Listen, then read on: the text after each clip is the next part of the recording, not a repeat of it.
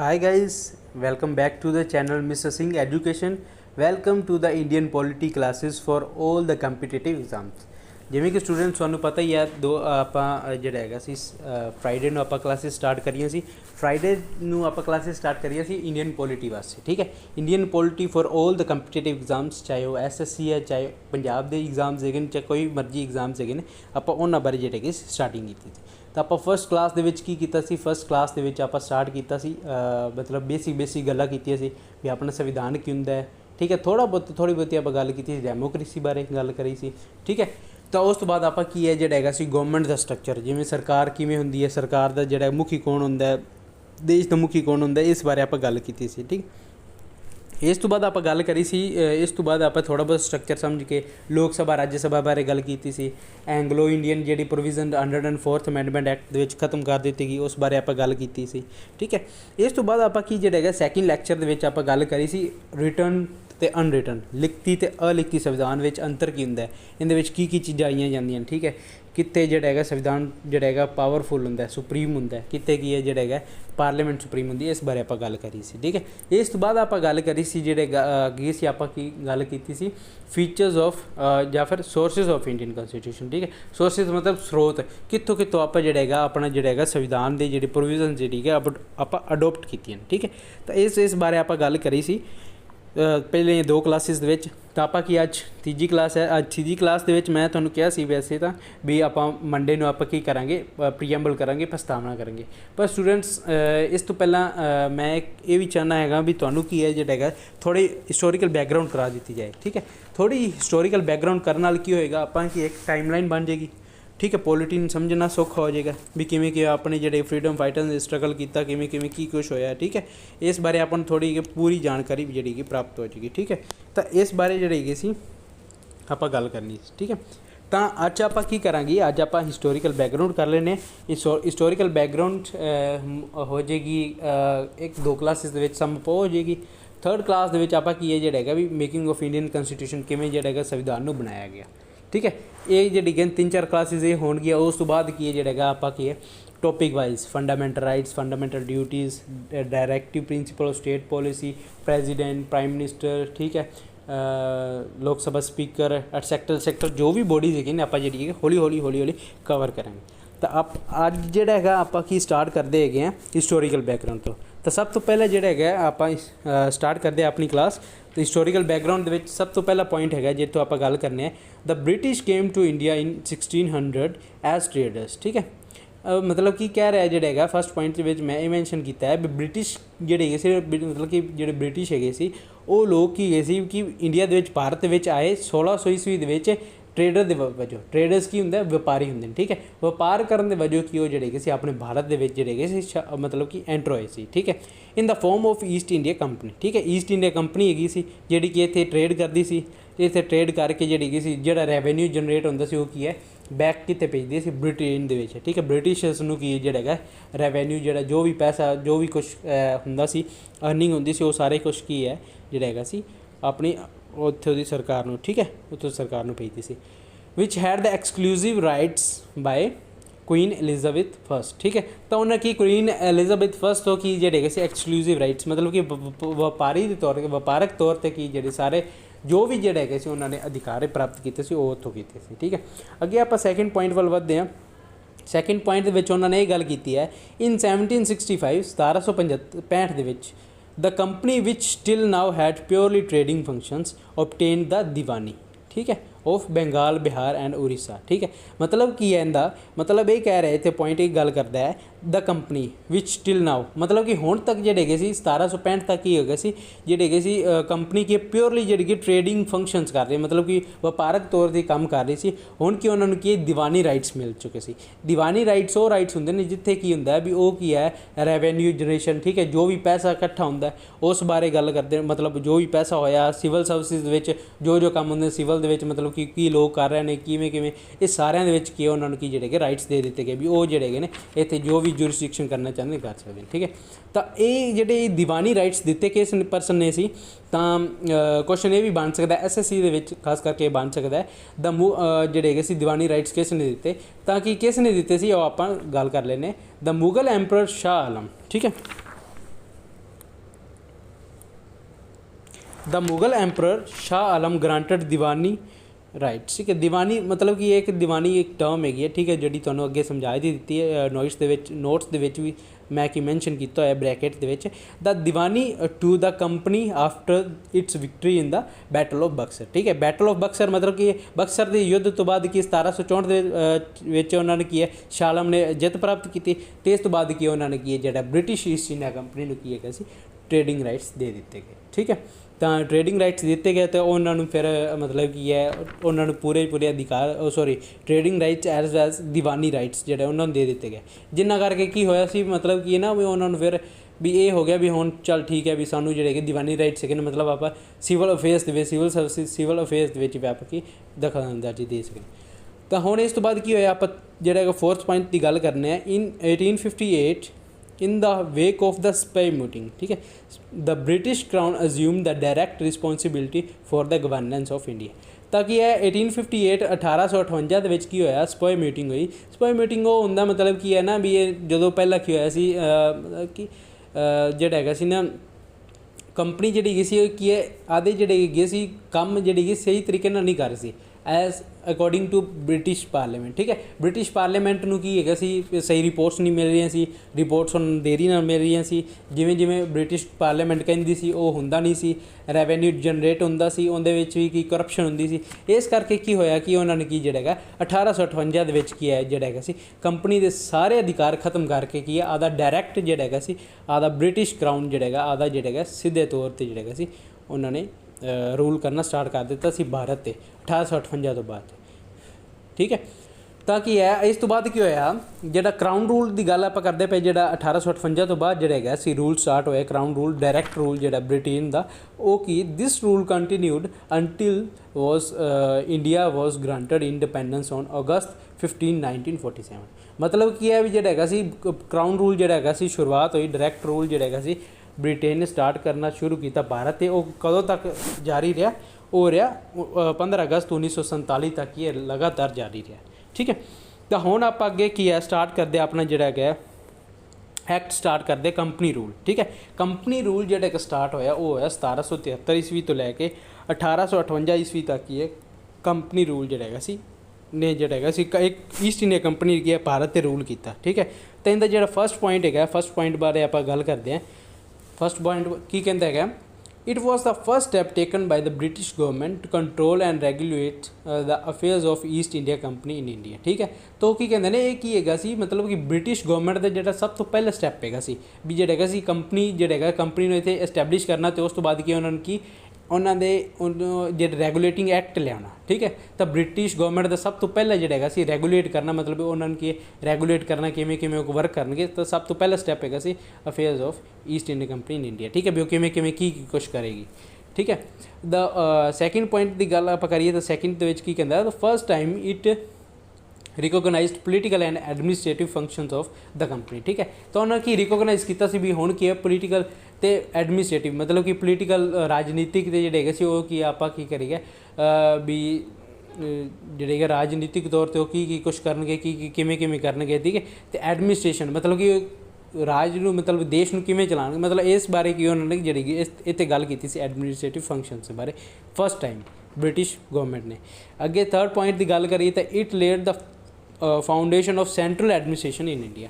ਤਾਂ ਇਹਨਾਂ ਨੇ ਕੀ ਸੈਂਟਰਲ ਐਡਮਿਨਿਸਟ੍ਰੇਸ਼ਨ ਇਨ ਇੰਡੀਆ ਦੇ ਵਿੱਚ ਮਤਲਬ ਭਾਰਤ ਦੇ ਵਿੱਚ ਸੈਂਟਰਲ ਐਡਮਿਨਿਸਟ੍ਰੇਸ਼ਨ ਮਤਲਬ ਕਿ ਇੱਕ ਕੇਂਦਰੀ ਤੌਰ 'ਤੇ ਜਿਹੜਾ ਹੈਗਾ ਰਾਜ ਕਰਨਾ ਸਟਾਰਟ ਕੀਤਾ।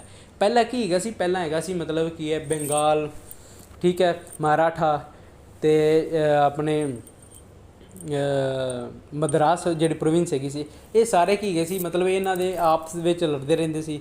ਠੀਕ ਹੈ, ਜੋ ਸੁਪਰੀਮ ਹੁੰਦਾ ਸੀ ਜੋ ਵੀ ਉਹ ਆਪਣੇ ਜਿਹੜੇ ਹੈਗਾ ਸੀ ਉੱਥੇ ਕਰਦੇ ਸੀ ਲੜਾਈ ਤੋਂ ਬਾਅਦ ਜੋ ਇੱਜ਼ਤ ਪ੍ਰਾਪਤ ਕਰਦਾ ਸੀ ਤਾਂ ਉਹਨਾਂ ਨੂੰ ਕੀ ਜਿਹੜੇ ਹੈਗੇ ਸੀ ਰਾਈਟਸ ਦੇ ਦਿੱਤੇ ਜਾਂਦੇ ਸੀ ਉਹਦੀ ਪ੍ਰੋਵਿੰਸ ਹੋ ਜਾਂਦੀ ਸੀ। ਬਟ ਇੱਥੇ ਫਸਟ ਟਾਈਮ ਕੀ ਹੈਗਾ ਸੀ ਇੱਕੋ ਹੀ ਜਿਹੜੀ ਹੈਗੀ ਸੀ ਕੰਪਨੀ ਹੈਗੀ ਸੀ ਰੂਲ ਕਰਦੀ ਸੀ। ਇਹਦੇ ਵਿੱਚ ਬ੍ਰਿਟਿਸ਼ ਈਸਟ ਇੰਡੀਆ ਕੰਪਨੀ ਨਾਲ ਉਸ ਟਾਈਮ ਕੀ ਹੈਗਾ ਸੀ ਫਰੈਂਚ ਜਿਹੜੀ ਹੈਗੀ ਈਸਟ ਇੰਡੀਆ ਕੰਪਨੀ ਹੈਗੀ ਸੀ ਉਹਨਾਂ ਦੇ ਉਹ ਇੰਨੀ ਪਾਵਰਫੁੱਲ ਇਸ ਟਾਈਮ ਉੱਥੇ ਨਹੀਂ ਸਿੱਧ ਹੋਈ ਸੀ। ਤਾਂ ਉਹ ਆਪਾਂ ਜਿਹੜੀ ਹੈਗੀ ਗੱਲ ਕਰਾਂਗੇ ਉਹ ਆਪਾਂ ਕਰਾਂਗੇ ਮਾਡਰਨ ਇੰਡੀਆ ਹਿਸਟਰੀ ਦੇ ਵਿੱਚ। ਤਾਂ ਆਪਾਂ ਕੀ ਪੋਲੀਟੀਕਲ ਸਾਇੰਸ ਨਾਲ ਥੋੜ੍ਹੇ ਰਿਲੇਟਡ ਹੈਗਾ ਅਤੇ ਇਸ ਕਰਕੇ ਆਪਾਂ ਜਿਹੜਾ ਹੈਗਾ ਲਿਮਟਡ ਜਿਹਾ ਕਰਾਂਗੇ ਜਿਹੜਾ ਕਿ ਆਪਣੇ ਐਗਜ਼ਾਮ ਪੁਆਇੰਟ ਆਫ ਵਿਊ 'ਤੇ ਰੈਲੀਵੈਂਟ ਵੀ ਹੈ ਤੇ ਥੋੜਾ ਜਿਹਾ ਆਪਣਾ ਕੀ ਟਾਈਮਲਾਈਨ ਬਣ ਜਾਏ ਤਾਂ ਕਿ ਆਪਾਂ ਕੀ ਜਿਹੜਾ ਕਿ ਲਰਨ ਕਰਨ ਦੇ ਵਿੱਚ ਵੀ ਆਪਾਂ ਆਸਾਨੀ ਹੋਏ। ਠੀਕ ਹੈ, ਦੇਖੋ ਪੋਲੀਟੀਕਲ ਸਾਇੰਸ ਕੀ ਹੈ ਇੰਨੀ ਡਿਫੀਕਲਟ ਨਹੀਂ ਗਈ, ਬਟ ਉਹਨੂੰ ਕੀ ਜਿਹੜਾ ਹੈਗਾ ਸਮਝਣਾ ਥੋੜ੍ਹਾ ਜਿਹਾ ਮਤਲਬ ਕੀ ਹੈ ਸਮਝਾਉਣ ਦਾ ਤਰੀਕਾ ਥੋੜ੍ਹਾ ਜਿਹਾ ਹੈਗਾ ਸੌਖਾ ਹੋਣਾ ਚਾਹੀਦਾ ਅਤੇ ਡੈਫੀਨੇਸ਼ਨ ਥੋੜ੍ਹੀ ਸੌਖੀ ਹੋਣੀ ਚਾਹੀਦੀ ਸਮਝਾਉਣ ਮਤਲਬ ਇੰਟਰਸਟ ਵੀ ਬਣਿਆ ਰਹੇ। ਅੱਗੇ ਆਪਾਂ ਗੱਲ ਕਰਦੇ ਫੀਚਰਸ ਇਸ ਜਿਹੜਾ ਰੈਗੂਲੇਟਿੰਗ ਐਕਟ ਆਫ 1773 ਦੇ ਜਿਹੜੇ ਫੀਚਰਸ ਕੀ ਹੈਗੇ ਸੀ। ਤਾਂ ਕਿ ਫਸਟ ਆਪਾਂ ਫੀਚਰ ਦੀ ਗੱਲ ਕਰੀਏ, it ਡੈਜ਼ਿਗਨੇਟਡ the governor of Bengal. ਠੀਕ ਹੈ, ਮਤਲਬ ਕੀ ਹੈਗੀ ਹੈ ਵੀ ਇਹ ਜਿਹੜਾ ਹੈਗਾ ਸੀ ਗਵਰਨਰ ਜਿਹੜਾ ਹੈਗਾ ਸੀ ਬੰਗਾਲ ਨੂੰ ਉਹਨੂੰ ਕੀ ਡੈਜ਼ਿਗਨੇਟ ਕਰਦੇ, ਉਹਨੂੰ ਜਿਹੜਾ ਹੈਗਾ ਅਹੁਦਾ ਦਿੱਤਾ ਗਿਆ, ਕਿਹੜਾ ਦਿੱਤਾ ਗਿਆ ਗਵਰਨਰ ਜਨਰਲ ਆਫ ਬੰਗਾਲ। ਠੀਕ ਹੈ, ਗਵਰਨਰ ਜਨਰਲ ਆਫ ਬੰਗਾਲ ਜਿਹੜਾ ਕੀ ਹੈ ਪੂਰੇ ਬੰਗਾਲ ਪ੍ਰੋਵਿੰਸ 'ਤੇ ਕੀ ਜਿਹੜਾ ਰਾਜ ਕਰੇਗਾ ਰੈਵਨਿਊ ਕਲੈਕਸ਼ਨ 'ਤੇ। ਠੀਕ ਹੈ, ਕਿਵੇਂ ਕਿਵੇਂ ਕੀ ਕੁਛ ਕਰਨਾ ਹੈਗਾ ਸਾਰਾ ਕੁਛ ਕੀ ਹੈ ਉਹ ਜਿਹੜਾ ਹੈਗਾ ਗਵਰਨਰ ਜਨਰਲ ਦੇ ਅੰਡਰ ਕੀਤਾ ਜਾਏਗਾ। ਠੀਕ ਹੈ, ਤਾਂ ਫਸਟ ਸੱਚ ਗਵਰਨਰ ਜਨਰਲ ਵਾਸ ਲਾਰਡ ਵਾਰਨ ਹੈਸਟਿੰਗ। ਠੀਕ ਹੈ, ਤਾਂ ਲਾਰਡ ਵਾਰਨ ਹੈਸਟਿੰਗ ਜਿਹੜਾ ਹੈਗਾ ਸੀ ਉਹ ਸਭ ਤੋਂ ਪਹਿਲਾ ਗਵਰਨਰ ਜਨਰਲ ਹੈਗਾ ਸੀ। ਠੀਕ ਹੈ, ਤਾਂ ਸਭ ਤੋਂ ਪਹਿਲਾ ਗਵਰਨਰ ਜਨਰਲ ਹੈਗਾ ਸੀ ਔਰ ਲਾਰਡ ਵਾਰਨ ਹੈਸਟਿੰਗ ਹੈਗਾ ਸੀ। ਇਹ ਤੁਸੀਂ ਯਾਦ ਰੱਖਣਾ ਹੈ ਇਸ ਪੁਆਇੰਟ ਨੂੰ। ਠੀਕ ਹੈ, ਅੱਗੇ ਆਪਾਂ ਗੱਲ ਕਰਦੇ ਹੈਗੇ ਆ ਜਿਹੜਾ ਹੈਗਾ ਸੀ ਸੈਕਿੰਡ ਫੀਚਰ ਉਹ। ਠੀਕ ਹੈ, ਇਸ ਚੀਜ਼ ਦਾ ਸੈਕਿੰਡ ਫੀਚਰ ਜਿਹੜਾ ਹੈਗਾ ਸੀ ਰੈਗੂਲੇਟਿੰਗ ਐਕਟ ਦਾ, it provided for the establishment of supreme court at Calcutta. ठीक है, ਤਾਂ ਕਿ ਕਲਕੱਤਾ ਦੇ ਵਿੱਚ ਕੀ 1774 ਈਸਵੀ ਦੇ ਵਿੱਚ ਕੀ ਹੈਗਾ ਸੀ ਐਸਟੈਬਲਿਸ਼ਮੈਂਟ ਮਤਲਬ ਕਿ ਸਥਾਪਨਾ ਹੋਣੀ। ਠੀਕ ਹੈ, ਸੁਪਰੀਮ ਕੋਰਟ ਦੀ ਸਥਾਪਨਾ ਕੀਤੀ ਗਈ ਕੰਪਰਾਈਜ਼ਿੰਗ 1 ਚੀਫ ਜਸਟਿਸ ਐਂਡ 3 ਅਦਰ ਜੱਜਿਸ। ਠੀਕ ਹੈ, ਮਤਲਬ ਕੀ ਆ ਉਹਨਾਂ ਦੇ ਜਿਹੜਾ ਮੁੱਖ ਜਿਹੜਾ ਹੈਗਾ ਨਿਆਧੀਸ਼ ਇੱਕ ਹੈਗਾ ਸੀ, ਮੁੱਖ ਜੱਜ ਇੱਕ ਹੈਗਾ ਸੀ, ਬਾਕੀ ਨਾਲ 3 ਕੀ ਹੈਗੇ ਜੱਜ ਹੈਗੇ ਸੀ ਜਿਹੜੀ ਉਹਨੂੰ ਅਸਿਸਟ ਕਰਨਗੇ, ਜਿਹੜੀ ਉਹਦੀ ਸਹਾਇਤਾ ਕਰਨਗੇ। ਠੀਕ ਹੈ, ਤਾਂ ਕੀ ਹੈਗਾ ਸੀ ਇਹ ਕੁਐਸਚਨ ਬਣ ਸਕਦਾ ਹੈ ਆਪਣੇ ਦੇਸ਼ ਦੇ ਵਿੱਚ ਸਭ ਤੋਂ ਪਹਿਲੀ ਜਿਹੜੀ ਹੈਗੀ ਸੀ ਸੁਪਰੀਮ ਕੋਰਟ। ਠੀਕ ਹੈ, ਜਾਂ ਫਿਰ ਸਭ ਤੋਂ ਸਰਵਉੱਚ ਅਦਾਲਤ ਕਿੱਥੇ ਸਥਾਪਿਤ ਹੋਈ, ਤਾਂ ਉਹ ਕਿੱਥੇ ਹੋਈ ਸਭ ਤੋਂ ਪਹਿਲਾਂ ਜੇ ਪੂਰੇ ਆਪਣੀ ਹਿਸਟਰੀ ਦੀ ਗੱਲ ਕਰਨ ਤਾਂ ਸਭ ਤੋਂ ਪਹਿਲਾਂ ਜਿਹੜਾ ਹੈਗਾ ਸੀ ਉਹ ਹੈਗੀ ਹੋਈ ਆਪਣੇ ਕਲਕੱਤਾ ਦੇ ਵਿੱਚ, ਕੋਲਕਾਤਾ ਨਹੀਂ ਕਲਕੱਤਾ ਦੇ ਵਿੱਚ 1774 ਈਸਵੀ ਦੇ ਵਿੱਚ। ਠੀਕ ਹੈ, ਇਹ ਯਾਦ ਰੱਖਣਾ। ਤਾਂ ਉਹਦਾ ਇੱਕ ਜੱਜ ਹੈਗਾ ਸੀ, ਮੁੱਖ ਜੱਜ ਇੱਕ ਹੈਗਾ ਸੀ, ਬਾਕੀ 3 ਉਹਦੇ ਅਸਿਸਟੈਂਟ ਜੱਜ ਹੈਗੇ ਸੀ। ਠੀਕ ਹੈ, ਦੂਜੇ ਪੁਆਇੰਟ ਦੀ ਆਪਾਂ ਗੱਲ ਕਰੀਏ ਤਾਂ ਅੱਗੇ ਆਪਾਂ ਗੱਲ ਕਰਦੇ it strengthen the control of the British government over the company by requiring the court of directors. ਠੀਕ ਹੈ, ਤਾਂ ਉਹਨਾਂ ਨੇ ਕੀ ਕੀਤਾ ਵੀ ਜਿਹੜਾ ਹੈਗਾ ਸੀ ਮਤਲਬ ਬ੍ਰਿਟਿਸ਼ ਗਵਰਨਮੈਂਟ ਨੂੰ ਸਟਰੈਂਥਨ ਕੀਤਾ, ਮਤਲਬ ਉਹਨਾਂ ਨੂੰ ਕੀ ਇਹ ਮਜ਼ਬੂਤ ਕੀਤਾ ਕਿਵੇਂ ਵੀ ਕੰਪਨੀ ਤੋਂ ਜਿਹੜੇ ਕੰਪਨੀ ਜਿਹੜੇ ਜੋ ਵੀ ਕੰਮ ਕਰ ਰਹੀ ਹੈ ਤਾਂ ਉਹਨਾਂ ਦੇ ਉੱਪਰ ਜਿਹੜਾ ਹੈਗਾ ਧਿਆਨ ਰੱਖਿਆ ਜਾ ਸਕੇ ਵੀ ਉਹ ਕਿਵੇਂ ਕਰਪਸ਼ਨ ਤਾਂ ਨਹੀਂ ਕਰ ਰਹੀ, ਜੇ ਕੁਛ ਵੀ ਹੈ ਜੋ ਵੀ ਜੇ ਉਹ ਕਰਪਸ਼ਨ ਕਰਦੇ ਸੀ ਉਹਨਾਂ ਨੂੰ ਉਸ ਅਕੋਰਡਿੰਗਲੀ ਸਜ਼ਾ ਵੀ ਦਿੱਤੀ ਜਾਂਦੀ ਸੀ। ਠੀਕ ਹੈ, ਅਤੇ ਇਹ ਕੀ ਕੋਰਟ ਆਫ ਡਾਇਰੈਕਟਰਸ ਜਿਹੜੇ ਹੈਗੇ ਸੀ ਇਹਨਾਂ ਨੂੰ ਕਿਹਾ ਜਾਂਦਾ। ਠੀਕ ਹੈ, ਤਾਂ ਕੋਰਟ ਆਫ ਡਾਇਰੈਕਟਰ ਜਾਂ ਬੋਰਡ ਆਫ ਡਾਇਰੈਕਟਰ ਕੀ ਹੈਗਾ the board of directors must report to the British government parliament about the planned and economic actions in India or in south reason. ਠੀਕ ਹੈ, ਮਤਲਬ ਕਿ ਇਹ ਬੋਰਡ ਆਫ ਡਾਇਰੈਕਟਰਸ ਜਿਹੜੇ ਹੈਗੇ ਸੀ ਨਾ ਜਾਂ ਕੋਰਟ ਆਫ ਡਾਇਰੈਕਟਰਸ ਜਿਹੜੇ ਹੈਗੇ ਸੀ ਇਹਨਾਂ ਦਾ ਮੇਨ ਕੰਮ ਕੀ ਹੈਗਾ ਸੀ ਵੀ ਜਿਹੜਾ ਹੈਗਾ ਸੀ ਬ੍ਰਿਟਿਸ਼ ਗਵਰਨਮੈਂਟ ਨੂੰ ਕੀ ਹੈਗਾ ਸੀ ਮਤਲਬ ਦੱਸਣਾ ਵੀ ਕੀ ਵੀ ਕੰਪਨੀ ਇਸ ਤਰ੍ਹਾਂ ਕਰ ਰਹੀ ਹੈ, ਰੈਵਨਿਊ ਜਨਰੇਟ ਹੋ ਰਿਹਾ ਤਾਂ ਉਹ ਸਹੀ ਭੇਜ ਰਹੀ ਹੈ ਨਹੀਂ ਭੇਜ ਰਹੀ, ਜਾਂ ਕਿਵੇਂ ਉਹ ਵੀ ਮਤਲਬ ਇੱਥੇ ਲੋਕਾਂ ਨਾਲ ਕਿਵੇਂ ਡੀਲ ਕਰ ਰਹੀ ਹੈ। ਠੀਕ ਹੈ, ਤਾਂ ਉਹ ਸਾਰਾ ਕੁਛ ਕੀ ਹੈਗਾ ਸੀ, ਬਟ ਕੀ ਹੈਗਾ ਸੀ ਇਹ ਵੀ ਜਿਹੜਾ ਹੈਗਾ ਸੀ ਫੇਲ ਹੋ ਗਏ ਸੀ। ਠੀਕ ਹੈ, ਇਹ ਜਿਹੜਾ ਹੈਗਾ ਸੀ board of director court of director ਸੀ ਇਹ ਵੀ ਕੀ ਹੈਗਾ ਫੇਲ ਹੋ ਗਿਆ। ਕਿਉਂਕਿ ਇਹ ਜਿਹੜੇ ਹੈਗੇ ਸੀ ਰਿਪੋਰਟਸ ਜਿਹੜੇ ਹੈਗੇ ਰੈਗੂਲਰ ਨਹੀਂ ਦਿੰਦੇ ਸੀ ਜਾਂ ਰਿਪੋਰਟ ਸਹੀ ਨਹੀਂ ਦਿੰਦੇ ਸੀ, ਇਸ ਕਰਕੇ ਹੈਗੇ ਸੀ ਇਹ ਜਿਹੜੇ ਹੈਗੇ ਸੀ ਫੇਲ ਹੋ ਗਿਆ। ਤਾਂ ਹੁਣ ਕੀ ਹੈ ਜਿਹੜਾ ਇਹਨੂੰ ਹੀ ਕੀ ਸੋਧਿਆ ਗਿਆ। ਠੀਕ ਹੈ, ਜਿਹੜਾ ਹੈਗਾ ਸੀ ਨਾ ਰੈਗੂਲੇਟਿੰਗ ਐਕਟ 1773 ਜਿਹੜਾ ਹੈਗਾ ਸੀ ਰੈਗੂਲੇਟਿੰਗ ਐਕਟ 1773 ਵਾਲਾ, ਇਹਨੂੰ ਕੀ ਜਿਹੜਾ ਹੈਗਾ ਸੀ ਪਹਿਲਾ ਐਕਟ ਹੈਗਾ ਸੀ ਇਹਨੂੰ ਸੋਧਿਆ ਗਿਆ, ਮਤਲਬ ਕਿ ਇਹਨੂੰ ਅਮੈਂਡਮੈਂਟ ਇਹਦੇ ਵਿੱਚ ਕੀਤੀ ਗਈ। ਤੋ ਅਮੈਂਡਿੰਗ ਐਕਟ ਆਫ 1781 ਠੀਕ ਹੈ 1781 ਵਿੱਚ ਉਹਨੂੰ ਸੋਧਿਆ ਗਿਆ। In a bid to rectify the defects of the Regulating Act of 1773, the British Parliament passed the Amending Act of 1781, also known as the Act of Settlement। ठीक है, तो ਇਹਨੂੰ ਕੀ ਸੈਟਲਮੈਂਟ ਐਕਟ ਵੀ ਕਿਹਾ ਜਾਂਦਾ। ਤਾਂ ਇਹ ਧਿਆਨ ਰੱਖਣਾ ਵੀ ਕਿਹੜੇ ਐਕਟ ਨੂੰ ਸੈਟਲਮੈਂਟ ਐਕਟ ਕਿਹਾ ਜਾਂਦਾ। ਇਹ ਕੁਐਸਚਨ ਪੁੱਛਿਆ ਗਿਆ ਤੇ ਕੁਐਸਚਨ ਪੁੱਛਿਆ ਗਿਆ ਤਾਂ ਆਪਾਂ ਕੀ ਧਿਆਨ 'ਚ ਰੱਖਣਾ ਹੈ ਜਿਹੜਾ ਹੈਗਾ ਅਮੈਂਡਿੰਗ ਐਕਟ ਆਫ 1781 ਕੀ ਹੈਗਾ ਉਹਨੂੰ ਕੀ ਕਿਹਾ ਗਿਆ, ਉਹਨੂੰ ਜਿਹੜਾ ਹੈਗਾ ਸੈਟਲਮੈਂਟ ਐਕਟ ਕਿਹਾ ਗਿਆ। ਠੀਕ ਹੈ, ਉਹ ਕੀ ਹੈਗਾ ਸੀ ਮਤਲਬ ਕਿ ਉਹ ਇੱਕ ਅਮੈਂਡਮੈਂਟ ਹੈਗੀ ਸੀ ਰੈਗੂਲੇਟਿੰਗ ਐਕਟ ਆਫ 1773 ਦੀ ਵਾਲੀ। ਕਿਉਂਕਿ ਉਹਦੇ ਵਿੱਚ ਜਿਹੜੇ ਹੈਗੇ 1773 ਦੇ ਵਿੱਚ ਜੋ ਡਿਫੈਕਟ ਹੈਗੇ ਸੀ, ਜੋ ਉਹਦੇ ਕਮੀ ਹੈਗੀ ਸੀ ਉਹਨੂੰ ਕੀ ਸੋਧਿਆ ਗਿਆ, ਉਹਨੂੰ ਕੀ ਹੈ ਦੁਬਾਰਾ ਜਿਹੜਾ ਹੈਗਾ ਸਹੀ ਕੀਤਾ ਗਿਆ।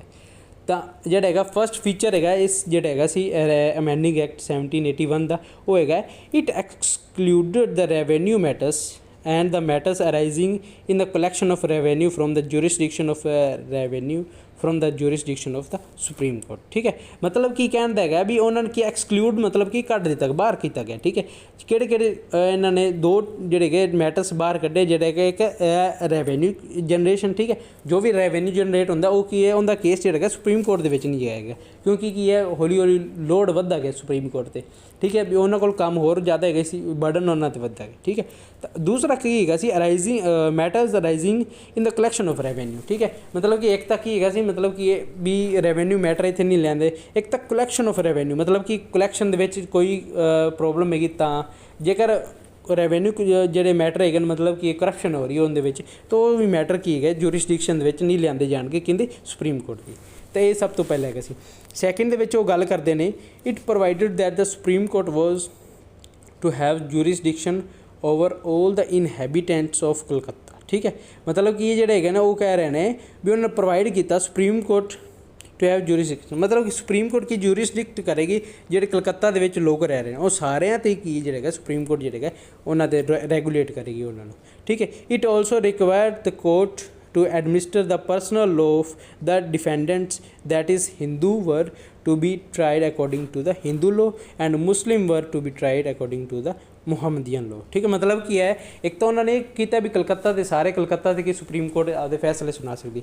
ਦੂਸਰਾ ਇਹ ਕੀਤਾ ਕੀ ਹੈ ਵੀ ਜਿਹੜੇ ਧਾਰਮਿਕ मतलब ਕਿ ਆਪਦੇ ਧਰਮ ਦੇ ਅਕੋਰਡਿੰਗ ਉਹਨਾਂ ਨੂੰ ਕੀ ਜਿਹੜੇ ਕਿ ਉਹਨਾਂ ਦੇ ਫੈਸਲੇ ਵੀ ਲਏ ਜਾਣਗੇ, ਕਿਉਂਕਿ ਪਹਿਲਾਂ ਕੀ ਹੁੰਦਾ ਸੀ ਨਾ मतलब ਕਿ ਸੁਪਰੀਮ ਕੋਰਟ ਜਿਹੜੀ ਗਈ ਸੀ ਉਹ ਆਪਦੇ ਹਿਸਾਬ ਨਾਲ ਠੀਕ ਹੈ ਆਪਦੇ मतलब ਕ੍ਰਿਸਚੈਨਿਟੀ ਨਾਲ ਜਾਂ ਫਿਰ ਕਿਸੇ ਵੀ ਤਰੀਕੇ ਨਾਲ ਜਾਂ ਸੈਕੂਲਰ ਹੋ ਕੇ ਲੈਂਦੀ ਸੀ ਤਾਂ ਕਿ ਉਹਨਾਂ ਦੇ ਜਿਹੜੇ ਕਿ ਸੀ ਰਿਲੀਜੀਅਸ ਸੈਂਟੀਮੈਂਟਸ ਜਿਹੜੇ ਹੁੰਦੇ ਸੀ मतलब ਕਿ ਆਪਾਂ ਕਹਿ ਦਈਏ ਨਾ ਵੀ ਆਪਣੀ ਭਾਵਨਾਵਾਂ ਜਿਹੜੀ ਗਈ ਸੀ ਧਾਰਮਿਕ ਭਾਵਨਾਵਾਂ ਨੂੰ ਠੇਸ ਪਹੁੰਚਦੀ ਸੀ। ਤਾਂ ਉਹਨਾਂ ਨੇ ਕੀ ਕੀਤਾ ਵੀ ਜਿਹੜਾ ਹੈਗਾ ਸੀ ਵੀ ਲੋਕਾਂ ਨੂੰ ਵੀ ਥੋੜ੍ਹਾ ਜਿਹਾ ਆਪਦੇ ਹੱਕ 'ਚ ਕਰਨ ਲਈ ਉਹਨਾਂ ਨੇ ਕੀ ਕੀਤਾ ਵੀ ਹਿੰਦੂਆਂ ਨੂੰ ਕੀ ਹੈ ਹਿੰਦੂ ਲਾਅ ਦੇ ਅਕੋਰਡਿੰਗ ਤੇ ਠੀਕ ਹੈ ਤੇ ਮੁਸਲਿਮ ਜਿਹੜੇ ਲੋਕ ਹੈਗੇ ਸੀ ਉਹਨਾਂ ਨੂੰ ਕੀ ਮੁਹੰਮਦ ਲਾਅ ਦੇ ਅਕੋਰਡਿੰਗ ਕੀ ਉਹਨਾਂ ਨੂੰ ਜਿਹੜਾ ਹੈਗਾ ਸੀ ਉਹਨਾਂ ਦੇ ਖਿਲਾਫ ਜਿਹੜੇ ਮੁਕੱਦਮੇ ਚਲਾਏ ਗਏ ਜੋ ਵੀ ਸਜ਼ਾ ਬਣਦੀ ਸੀ ਉਹਨਾਂ ਦੇ ਕਾਨੂੰਨ ਦੇ ਅਕੋਰਡਿੰਗ ਹੀ ਉਹਨਾਂ ਨੂੰ ਸਜ਼ਾ ਦਿੱਤੀ ਜਾਂਦੀ ਸੀ ਜਾਂ ਵੀ ਜੋ ਵੀ ਉਹਨਾਂ ਨੂੰ ਫੈਸਲਾ ਹੁੰਦਾ ਸੀ। ਠੀਕ ਹੈ, ਅੱਗੇ ਆਪਾਂ ਗੱਲ ਕਰਦੇ ਹੈਗੇ ਜਿਹੜਾ ਪੁਆਇੰਟ ਦੀ ਉਹ ਕੀ ਕਹਿ ਰਿਹਾ appeals from the provincial courts could be taken in the governor general not to the supreme court. Provincial courts मतलब कि ਜਿਹੜੀ ਹੈਗੀਆਂ ਸੀ ਸਥਾਨਕ ਕੋਰਟਸ ਜਿਹੜੀ ਹੈਗੇ ਸੀ ਕਲਕੱਤਾ ਦੇ ਵਿੱਚ ਤਾਂ ਉਹ ਕੀ ਜਿਹੜੇ ਪ੍ਰੋਵਿੰਸ਼ੀਅਲ ਕੋਰਟਸ ਦੀ ਜਿਹੜੇ ਅਪੀਲਾਂ ਹੈਗੀਆਂ ਸੀ ਜਿਹੜੀ ਆਪਾਂ ਜਿਵੇਂ ਹੁਣ ਕੀ ਆਪਾਂ ਪ੍ਰੋਵਿੰਸ਼ੀਅਲ ਕੋਰਟਸ ਦੀ ਜਿਹੜੀ ਅਪੀਲ ਹੁੰਦੀ ਉਹ ਸਿੱਧਾ ਆਪਾਂ ਹਾਈ ਕੋਰਟ ਸੁਪਰੀਮ ਕੋਰਟ 'ਤੇ ਆਪਾਂ ਕਰਦੇ ਤਾਂ ਉੱਥੇ ਕੀ ਹੈਗਾ ਸੀ ਗਵਰਨਰ ਜਨਰਲ ਨੂੰ ਕੀ ਹੈ ਭੇਜੇ ਜਾਂਦੇ ਸੀ ਨਾ ਕਿ ਸਿੱਧੇ ਤੌਰ 'ਤੇ ਆਪਾਂ ਸੁਪਰੀਮ ਕੋਰਟ ਨੂੰ ਭੇਜ ਸਕਦੇ। ਠੀਕ ਹੈ, ਤਾਂ ਅੱਗੇ ਗੱਲ ਕਰਦੇ ਜਿਹੜਾ ਲਾਸਟ ਪੁਆਇੰਟ ਹੈਗਾ ਇਸ मतलब ਅਮੈਂਡਿੰਗ ਐਕਟ ਦਾ ਉਹ ਇਹ ਗੱਲ ਕਰਦਾ ਹੈ it empowered the governor general in the council to frame the regulations for the provincial courts and the council. ठीक है, मतलब की कह रहे हैं भी एक ही अंपावर करता है पावर शक्तियां देंदा है उन्होंने की उन्होंने योग करता है गवर्नर जनरल ਨੂੰ ਕਾਉਂਸਿਲ ਦੇ ਵਿੱਚ ਕੀ ਉਹ ਕੀ ਹੈ ਫਰੇਮ ਕਰ ਸਕੇ ਰੈਗੂਲੇਸ਼ਨਸ ਤੇ प्रोविंशियल कोर्ट्स इन काउंसिल। ठीक है, मतलब कि उन्होंने जो भी निर्देश दे सके आपदे निर्देश जारी कर सके ये सारे ਜਿਹੜੇ ਹੈਗੇ ਕੰਮ ਕਰ ਸਕਦੇ। ठीक है, ताकि ये गल होगी रेगूलेटिंग एक्ट 1773 ਦੀ। ठीक है, ध्यान रखना ये रेगूलेटिंग एक्ट 1773 है तो जो अमेंडिंग एक्ट है वो की एक रेगूलेटिंग एक्ट का ही पार्ट है बट इनू की अमेंड किया गया इनके सोध की गई है जो डिफैक्ट्स है 1773 1773 वाले उन्होंने की सही किया गया उन्होंने सोधे गया। ठीक है, अगे आप गल करते हैं इस तो बाद जोड़ा है वो पिट्स इंडिया एक्ट ऑफ 1784। ठीक है, पिट्स इंडिया एक्ट 1784 की गल करते हैं ਤਾਂ ਇਹਦੇ ਵਿੱਚ ਜਿਹੜੇ ਗਏ ਇਹਦੇ ਫੀਚਰਸ ਕੀ ਗਏ ਨਾ ਆਪਾਂ ਇਹਦੇ ਫੀਚਰਸ ਬਾਰੇ ਸਿੱਧਾ ਡਾਇਰੈਕਟ ਗੱਲ ਕਰਦੇ ਗਏ it designated it distinguished between the commercial and political functions of the company. ਠੀਕ ਹੈ, ਤਾਂ ਕਿ ਇਹਨੇ ਕੀ ਹੈ ਜਿਹੜੇ ਗਏ ਵੰਡ ਕੀਤੀ मतलब ਕਿ ਉਹਨਾਂ ਨੇ ਐਗਜ਼ੈਕਟ ਦੱਸਿਆ ਵੀ ਤੁਹਾਡੇ ਕਮਰਸ਼ੀਅਲ ਫੰਕਸ਼ਨਸ ਕਿਹੜੇ ਨੇ ਤਾਂ ਪੋਲੀਟੀਕਲ ਫੰਕਸ਼ਨਸ ਕਿਹੜੇ ਨੇ। ਕਈ ਵਾਰ ਕੀ ਹੁੰਦਾ ਨਾ मतलब ਕਿ ਉਹਨਾਂ ਨੂੰ ਕੀ ਆਪ ਹੀ ਨਹੀਂ ਪਤਾ ਹੁੰਦਾ ਵੀ ਅਸੀਂ ਪੋਲੀਟੀਕਲ ਫੰਕਸ਼ਨਸ ਜਿਹੜੇ ਕਰ ਰਹੇ ਹਾਂ मतलब ਪਰਫੋਰਮ ਕਰ ਰਹੇ ਕਿ ਜਿਹੜੇ ਕਮਰਸ਼ੀਅਲ ਫੰਕਸ਼ਨ ਪਰਫੋਰਮ ਕਰ ਰਹੇ ਤਾਂ ਉਹਨਾਂ ਨੂੰ ਕੀ ਜਿਹੜਾ ਹੈਗਾ ਉਹਨਾਂ ਨੂੰ ਸਬਜੈਕਟ ਵਾਈਜ਼ ਉਹਨਾਂ ਨੇ ਦੱਸਿਆ ਕਿ ਵੀ ਆਹ ਜਿਹੜੇ ਹੈਗੇ ਨੇ ਤੁਹਾਡੇ ਕਮਰਸ਼ੀਅਲ ਫੰਕਸ਼ਨਸ ਨੇ ਅਤੇ ਆਹ ਤੁਹਾਡੇ ਹੈਗੇ ਨੇ ਪੋਲੀਟੀਕਲ ਫੰਕਸ਼ਨਸ। ਠੀਕ ਹੈ, ਕੰਪਨੀ ਜਿਹੜਾ ਹੈਗਾ ਸਮਝਾਇਆ ਗਿਆ।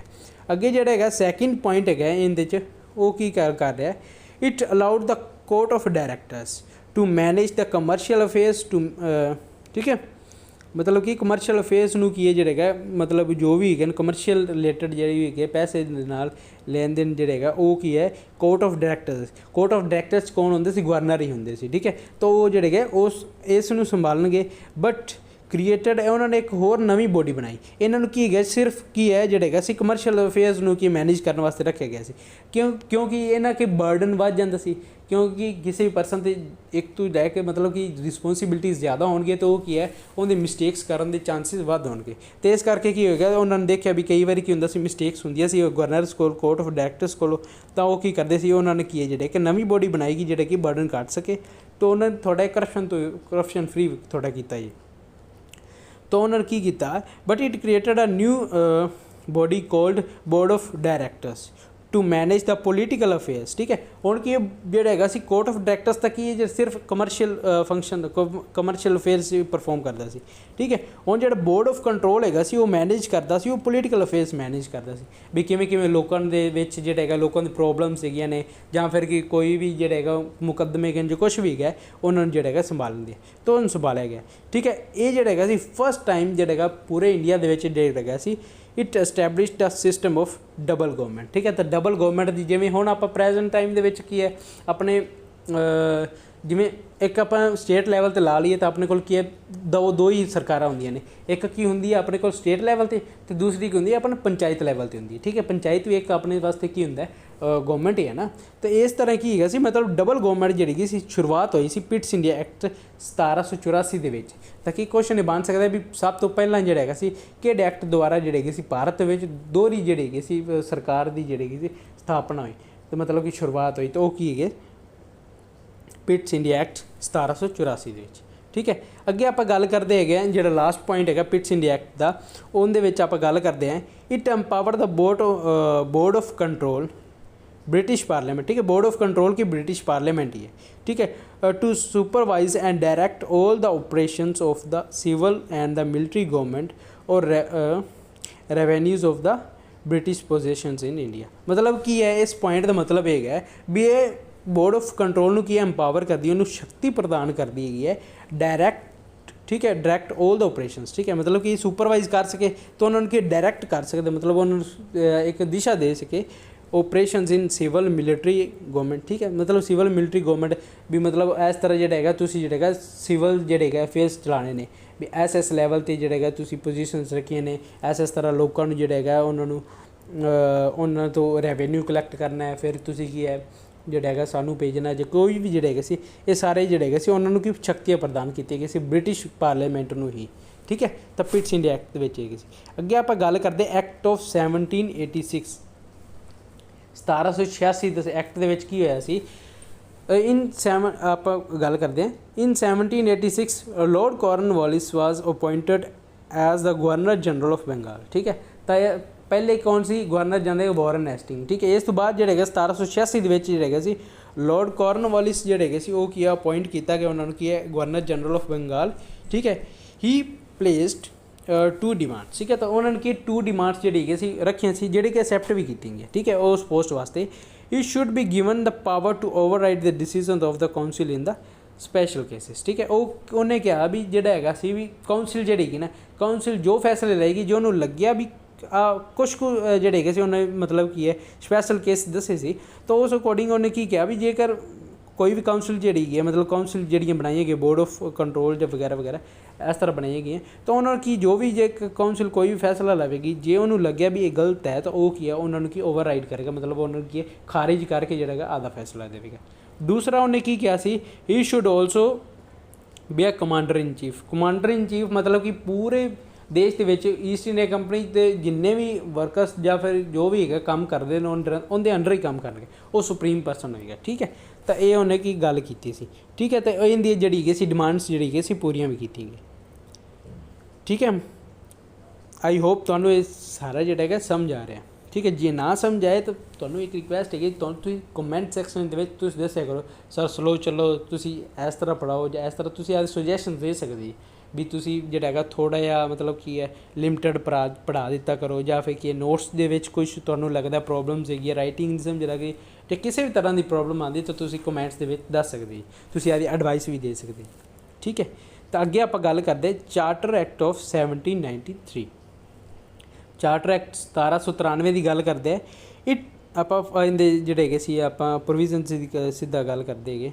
ਠੀਕ ਹੈ, ਤਾਂ it extended the overriding powers given to the lord Cornwallis, ठीक है, ओवर इस काउंसिल, ठीक है। मतलब कि ये जी सी जड़ियाँ लॉर्ड कॉर्नवालिस ने गल की सी भी पावर्स जी ओवरराइड करना, मतलब कि है काउंसिल की जो भी काउंसिल फैसला लेंदे, जे मैंने नहीं लगता सही तो मैं कि कुछ केसिस के चेंज करांगा तो और की पावर्स जो एक्सटेंड करते, मतलब वधाया गया, उनकी पावर्स जोड़े है वधाया गया। वो कुछ टाइम वास्ते करते सी, फिर 5 साल या जो भी जिन्ने टाइम वास्ते करते सी, फिर वो अगे वधा देंगे सी, एक्सटेंड कर देंगे सी to all the future governor general, ठीक है। बाकी गवर्नर जनरल वास्ते भी यही चीज़ सेम चीज़ की गई।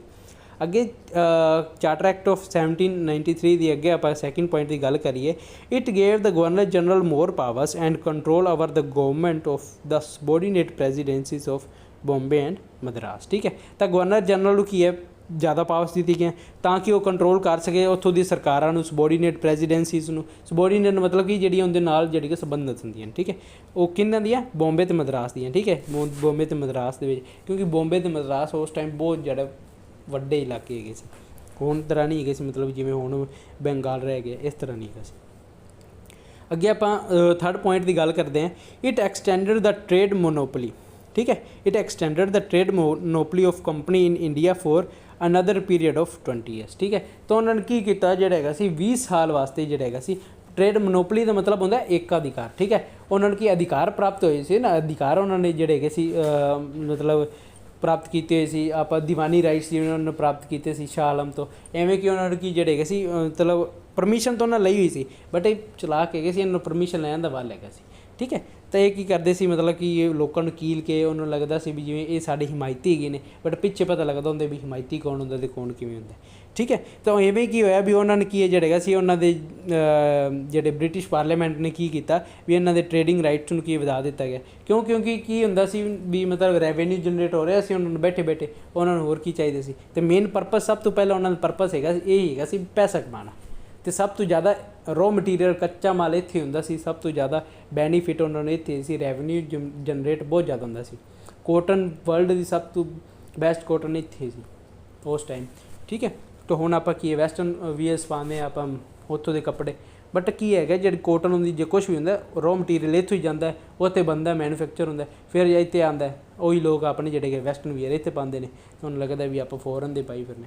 एक्चुअल च नहीं वो गल होंगी, एक्चुअल च गल है भी आप इंडिया का ही वीयर करिए, जिमें हम अपने इंडिया के गवर्नमेंट या सेंट्रल गवर्नमेंट ने कैंपेन चलाई है, ठीक है, सैल्फ रिलायंट इंडिया, तो अपन भी थोड़ा जिहा सैल्फ रिलायंट होने की जरूरत है। वैसटर्न वीयर्स चलो पाने चाहिए ने, क्योंकि आप की है भी अपने मर्जी के मालक हैं, अपने संविधान ने भी प्रोविजन मतलब अपन दी हुई, बट कि अपन कल्चर में भी थोड़ा जिहा प्रमोट करना चाहिए, ठीक है। एनीवेज आप अगे गल करते गए, सॉरी, ठीक है। अगे आप गल करते तो मैंबर्स अगे फर्स्ट पॉइंट है चार्टर एक्ट ऑफ 1793 का, the members of the board of control and the staff to be paid out of the Indian revenues, ठीक है। मतलब की है वो गल करते हैं भी जो मैंबर्स होंगे बोर्ड ऑफ कंट्रोल दे, तो उनका स्टाफ जो होएगा वो कि उन्होंने की जी मतलब सैलरी या फिर जो भी उन्होंने इनकम होएगी वो सारी की है इंडियन रेवेन्यूज़ होएगी, मतलब कि काम भी वो करना है उन्होंने लोग करना, तो जोड़े पैसा भी की है भारत के विचों ही लेंदे सी, ठीक है।